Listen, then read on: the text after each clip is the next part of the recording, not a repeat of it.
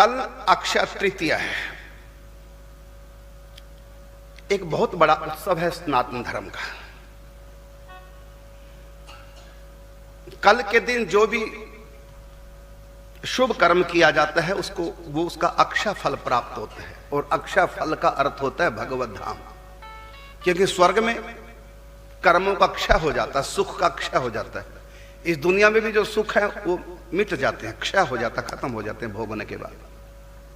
अक्षय सुख केवल भगवान के धाम में, वो सुख जिसका कभी नाश ना हो।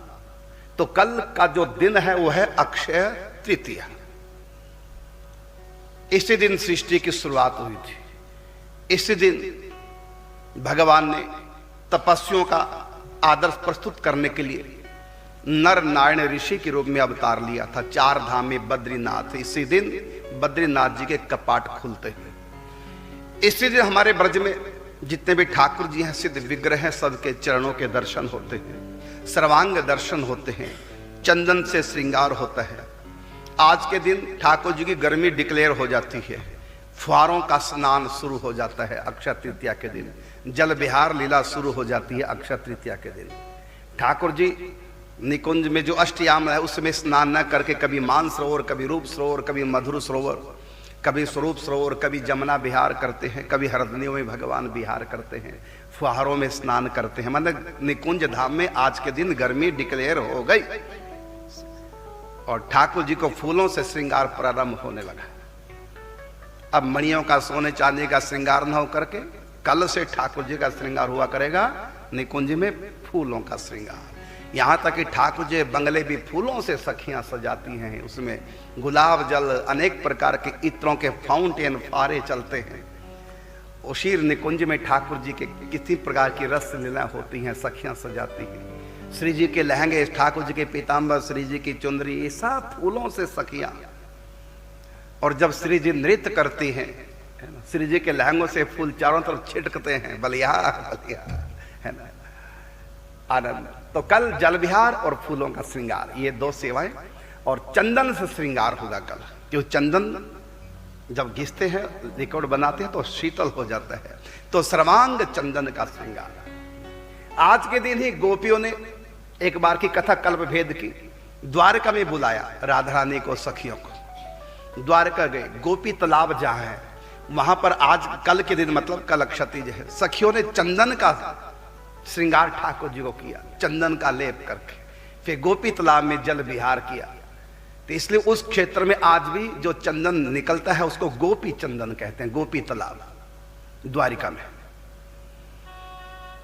तो अक्षय तृतीया के दिन ठाकुर जी का चंदन श्रृंगार होता है, सत्तू का भोग लगता है। सत्तू के दान की भी बड़ी महिमा है। सत्तू का भोग लगता है। कल सबको सत्तू का भोग लगवाएंगे, सत्तू घोल कर पिलाएंगे 108 कुटिया में। ठाकुर जी को भी कल सत्तू का भोग लगेगा।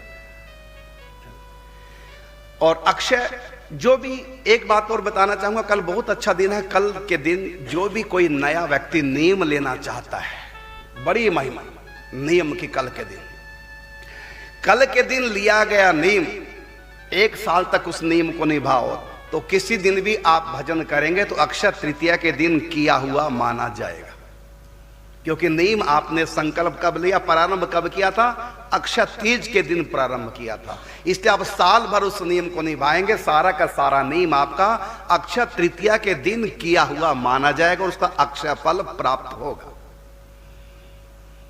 कल के दिन की दान की बहुत महिमा है।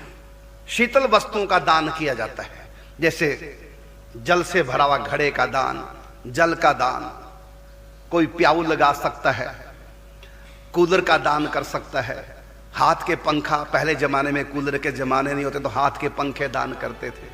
और जो रस फल होते हैं जैसे तरबूजा, खरबूजा, ककड़ी, खीरा, जिनमें लिक्विड होता है, तरल हो पदार्थ जिसमें अधिक होता है, जिनका जूस निकलता है, तो उनके दान की बड़ी महिमा। स्वर्ण दान की बहुत महिमा। कल अक्षय तृतीया है। कल सोना खरीदने की भी महिमा है और सोना दान करने की भी महिमा है। अक्षय फल की प्राप्ति होती है। कल के दिन दान पुण्य करना, अन्न दान करना, वस्त्र दान करना, स्वर्ण दान करना, गौ दान करना, भूमि दान करना, कल का दिन। तो जो भी कुछ कल दान किया जाएगा उसका फल अक्षय, और अक्षय का मतलब है वो सुख जो कभी समाप्त ना हो, और वो सुख है केवल परमात्मा के यहां। बाकी सारे सुख, स्वर्ग के सुख भी सब भोगने के बाद समाप्त हो जाते हैं, पुण्य क्षय होते ही सुख क्षय हो जाते हैं। लेकिन अक्षय तृतीया के दिन किया गया कोई भी दान पुण्य वो अक्षय हो जाता है। इसलिए कल के दिन सब कुछ ना कुछ दान अवश्य करें, और जो भी आना चाहे आ सकते। अभी आपके पास समय है। कल हमारे निकुंज महल सरकार दर्शन देंगे विशेष श्रृंगार में। और सबसे बड़ी बात, ऐसे विलक्षण ठाकुर जी सखियां हैं निकुंज महल सरकार 108 कुटिया बरसाना में, जो आप शायद पहली बार दर्शन करेंगे। वो ये है कि ठाकुर जी के हृदय में श्री जी का निवास है, श्री जी के हृदय में ठाकुर जी प्रकट है, और सखियों के हृदय में राधा रानी है, और राधा रानी के हृदय में फिर ठाकुर जी। यही है सखी भाव। सखियां हृदय में ठाकुर जी को नहीं बसाती, बसाती हैं श्री जी को, और श्री जी अकेले नहीं होती, वो ठाकुर जी के संग सखियों के हृदय में आती है। तो मुख्यतः है हमारी निम्बार्क उपासना में श्री जी की। तो सखियां श्री जी को अपने हृदय में बसाती हैं। तो देखना कल आपको अनावरण करके हृदय दर्शन कराया जाएगा सखियों के हृदय में राधा रानी आशीर्वाद की मुद्रा में, और श्री जी के हृदय में ठाकुर जी झांक रहे।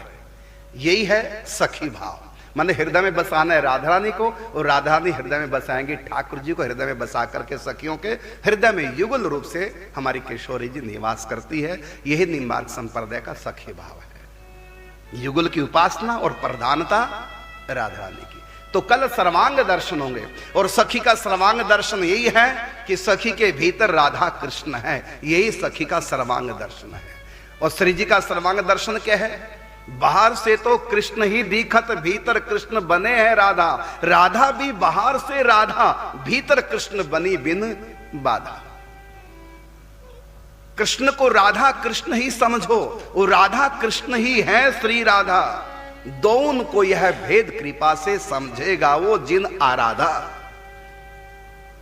श्री जी का सर्वांग दर्शन क्या है? प्रिया प्रीतम दोनों है। ठाकुर जी के सर्वांग दर्शन क्या है? तो दोनों। और सखियों के सर्वांग दर्शन क्या है? तो सखी और उनके हृदय में प्रिया प्रीतम विराजमान है। यह है सर्वांग दर्शन। बिहार जी के दर्शन भी साल में एक दिन सर्वांग दर्शन होते हैं। आप मंदिर में दर्शन करना, चरणों के दर्शन नहीं होते। और कल के दिन चरणों के भी दर्शन होंगे, सर्वांग दर्शन। वृंदावन के जितने मंदिर हैं, सिद्ध विग्रह हैं, सबके सर्वांग दर्शन होंगे और चंदन का श्रृंगार होगा।